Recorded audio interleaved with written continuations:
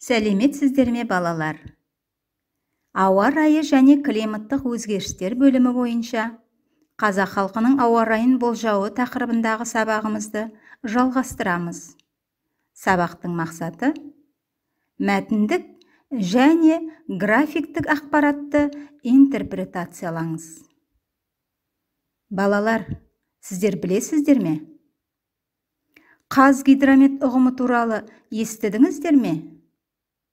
Қазгидромет Нұр-Сұлтан қаласында орналасқан ауа райын күні бұрын болжайтын арнайы орталық. Мұнда, балалар, ауа райын күні бұрын бақылаудың арнайы әдістері бар. Балалар, ауа райын күні бұрын бақылаудың арнайы әдістері ерте кезде де болған. Оны халқымыз ертеден шаруашылық кәсіптері арқылы да қолданып отырған. Балалар, берілген аудио мәтінді мұқият түсініп тыңдап алыңыздар. Ерте кездегі қазақ есепшілері жыл мезгілін, яғни жыл 12 айды 4-ке бөлген. Бірақ әр мезгілдің атауы қазіргі мезгілдің атауынан өзгеше болатын. Желтоқсан бұл көктем айы болса керек. Жазтоқсан жаз мезгілі. Желтоқсан күз мезгіліне сәйкес. Және қыстоқсан қыс мезгіліне сәйкес келген. Желтоқсан деп аталуы жыл сөзінің мағынасына байланысты айтылған.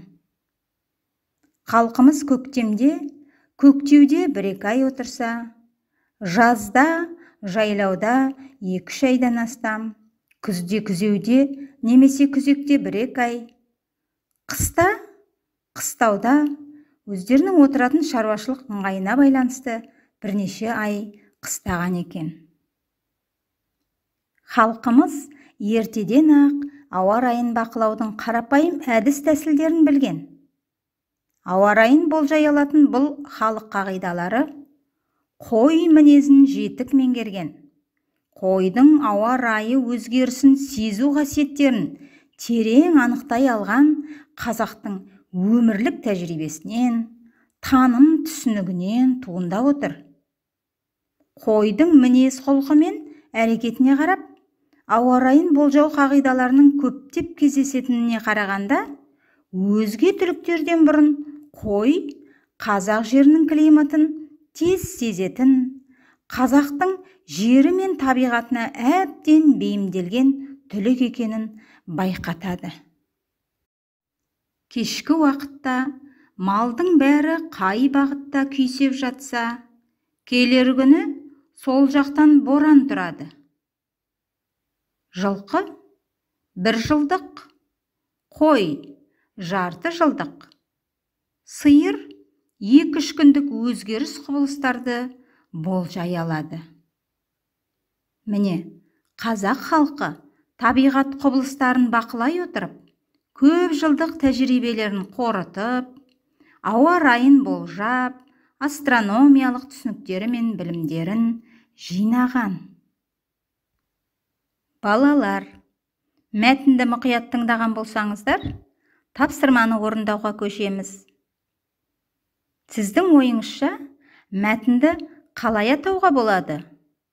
Бұл бірінші тапсырма. Өз ұсыныстарыңызды дәптерге түсіріңіздер. Ұсынылған тақырыптардың бірін таңдауға болады. Бірінші, қазақтардың ауа райына байланысты болжамдары. Себебі мәтінде қазақ халқының өз болжамдары туралы айтылған.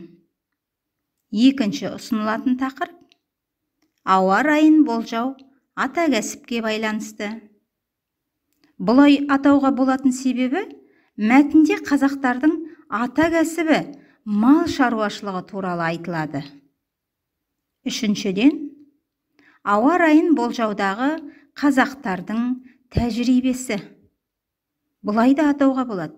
Себебі шаруашылықпен айналысқан қазақ халқының мол тәжірибесі бар екендігі анық білінеді. Екінші тапсырма. Сәйкестендіріңіз. Балалар, сәйкестендіру барысында дескрипторды негізге алыңыз. Мәтіндік және графиктік ақпараттарды түсінігіне сәйкес байланыстырыңыздар. Яғни, бірінші бағандағы суреттер мен жазбаларды екінші бағандағы ақпараттермен сәйкестендіріңіздер. Қазақ халқының тіршілік тірегі. Екінші бағаннан қандай кәсіппен айналысқандығы туралы ақпаратты іздейміз. Әрине, мал шаруашылығы.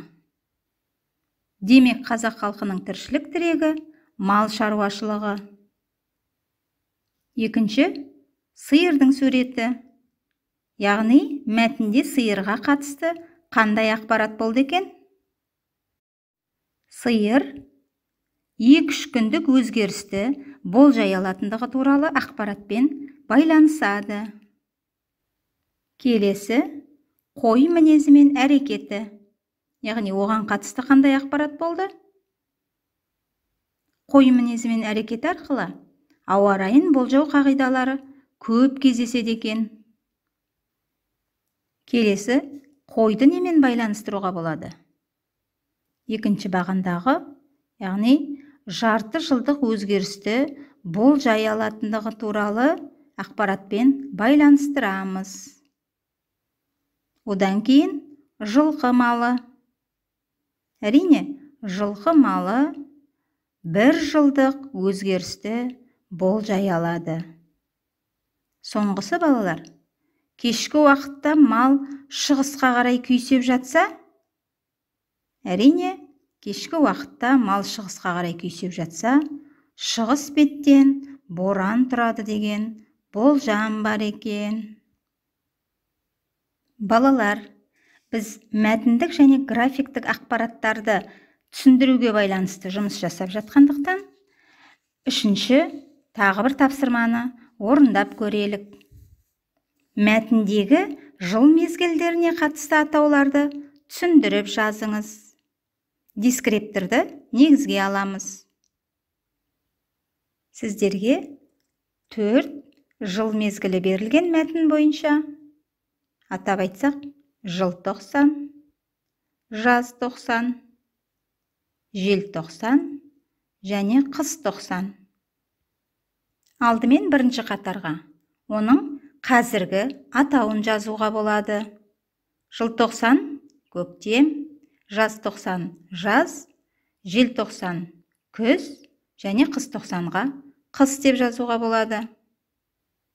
Мәтін мазмұнына назар аударған болсаңыздар, келесі бағанға мына ақпараттарды жазуға болады. Көктеуде отыратын уақыт 1-2 айды қамтыған. Жаздың тұсына жазамыз. Жайлауда 2 айдан астам шаруашылықпен айналысқан.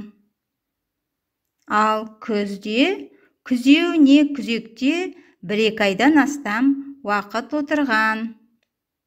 Қыстаудың уақыты ауа райына қарай әр жылда әр түрлі болған.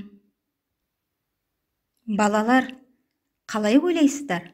Сіздің ойыңызша, ауа райы болжамы халықтың кәсіп түрлеріне қалай көмектескен? Мінекей балалар, мәтіндегі ақпараттарға сүйене отырып, өз ойыңызды 5-6 сөйлеммен тұжырымдаңыз.